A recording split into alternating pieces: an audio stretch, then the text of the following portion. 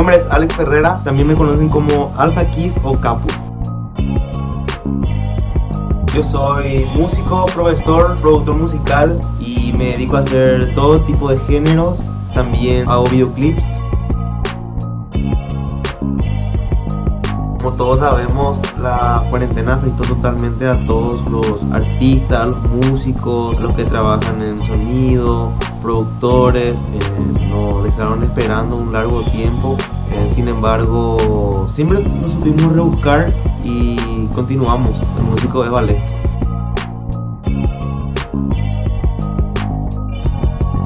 A mí me parece que yo soy uno de los tantos productores que su gran sueño es ser valorado por la industria de la música. Muchas veces tenemos mucha dedicación y mucho amor a lo que hacemos. Muchas veces hay muchos años de experiencia de por medio, hay muchos equipos invertidos para poder lograr producción de calidad.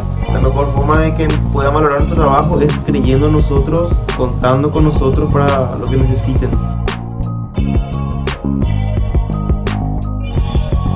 Bueno, y lo que me gustaría decirle a todos los artistas es que cuenten con los productores nacionales, cada uno tiene lo suyo, crean en ellos, y a los productores que tienen que ponerse en los zapatos de los artistas.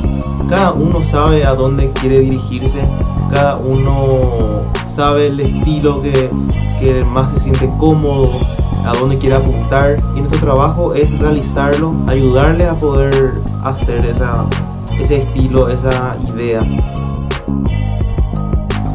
Y nada, tan solo dar las gracias a toda la comunidad de Talento Paraguay.